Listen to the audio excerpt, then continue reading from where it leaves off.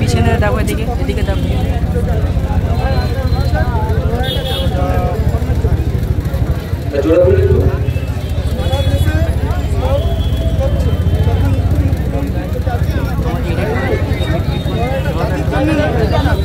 ব্যাপারটা হচ্ছে ওরা তো চাইছে ধর্মীয় বিভাজন করে ক্ষমতা টিকে থাকে।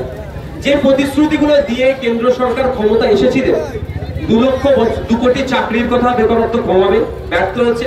ডলার আর টাকার দাম সেম হয়ে যাবে, কিন্তু দেখুন স্বাধীনতার পর থেকে রেকর্ড টাকার দাম পড়ে গিয়েছে, বেশি টাকা দিয়ে ডলার কিনতে হচ্ছে।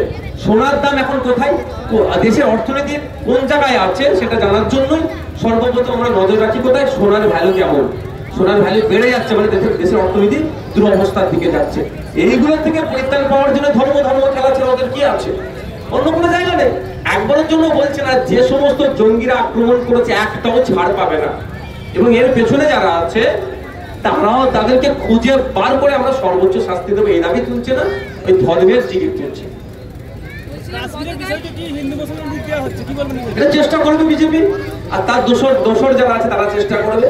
আমাদের হচ্ছে কথা, বক্তব্য একটাই, কাশ্মীরে যেভাবে সন্ত্রাস সংগঠিত হয়েছে এর দায়ভার কেন্দ্র সরকারকে নিতে হবে, স্বরাষ্ট্র দপ্তরকে নিতে হবে, এবং কারা এর সাথে যুক্ত সর্বোচ্চ শাস্তির ব্যবস্থা করতে হবে। গতকাল পশ্চিমবঙ্গের রাজ্যপাল যারা দাঙ্গাতে ক্ষতিগ্রস্ত হয়েছিল তাদের কাছে দেখা করতে গিয়েছিলেন। তিনি কিছু সম্প্রদায়ের লোকের সঙ্গে দেখা করেছিলেন, বাদ বাকি কিছু সম্প্রদায়ের লোকের সঙ্গে যায়নি। এমনকি ন্যাশনাল চ্যানেলও তাদের কাছে যায়নি।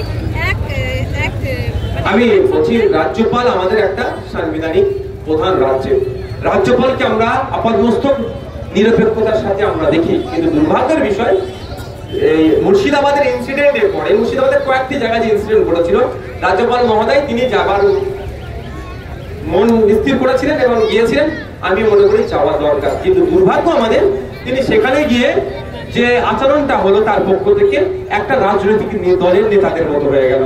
তেনার তো প্রত্যেকটা জায়গায় যাওয়া দরকার, যারা এফেক্টেড, যারা ক্ষতিগ্রস্ত, প্রত্যেকের কাছে গিয়ে তাদের কথা শুনে যথাযথভাবে তাদের কিভাবে রিলিফ করা যায় তার ব্যবস্থা করা। কিন্তু আমাদের দুর্ভাগ্য, আমাদের রাজ্যের যিনি রাজ্যপাল বর্তমানে আছেন তার আচরণটা বা তার ভিজিটটা পলিটিক্যাল ভিজিটের মতো হলো। 26 ব্রিগেডে পারমিশন দেওয়া হলো না, এই বিষয়ে কি বলবেন? দেখুন, একটা কোর্টে মামলা চলছে, আগামীকাল বেলা 1:30টায় আছে। আশা করছি আমরা আইনের মাধ্যমে ন্যায়কে প্রতিষ্ঠান লড়াই পারমিশন পাবো। তবে একটা কথা বলছি, কেন কোর্টে যেতে হবে ভাই? রাজনৈতিক দলের প্রোগ্রাম হচ্ছে, ভিন্ন ধর্মীয় প্রোগ্রাম হচ্ছে, সেখানে অসুবিধা নয়। এই প্রোগ্রামগুলি কোর্টে যেতে হচ্ছে কেন? কারা মধ্যখান থেকে ফুস লাগছে, কারা এটাকে ভিতর থেকে আটকানোর চেষ্টা করছে, খুঁজে বার করতে হবে। সাপে কামড়াচ্ছে, ওজা হয়ে ঝাড়ছে, ঠিক যেভাবে বলছে দিল্লি গিয়ে আন্দোলন করো, বলছে অকাপের বিরুদ্ধে আছি, দিল্লি গিয়ে আন্দোলন করো, যেভাবে হচ্ছে ঠিক এখানে দেখুন কেউ কলকাঠি নেড়েছে যে ওখানে পারমিশন না পায়। যেমন মুর্শিদাবাদ দাঙ্গা নিয়ে ন্যাশনাল চ্যানেলগুলো বিভ্রান্তি ছড়িয়েছিল, তেমন এই কাশ্মীরে যে জঙ্গি হামলায় ইনজুরেড হয়েছে সেটা নিয়েও ন্যাশনাল চ্যানেলগুলো কিছু করে হলুদ মিডিয়া বলা হয়, গদি মিডিয়া বলা হয়। দেখুন, মিডিয়া স্বাধীনতাতে আমাদের দেশের র্যাঙ্ক 159 আউট অফ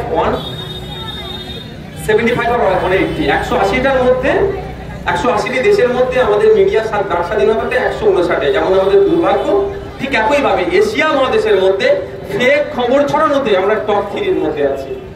এটা আমাদের দুর্ভাগ্য। আমরা তথাকথিত বলি গণতন্ত্রের চতুর্থ স্তম্ভ মিডিয়াকে, আজকে দুর্ভাগ্যের বিষয় মিডিয়াও জানো এই প্রোপাগান্ডায় সামিল হচ্ছে।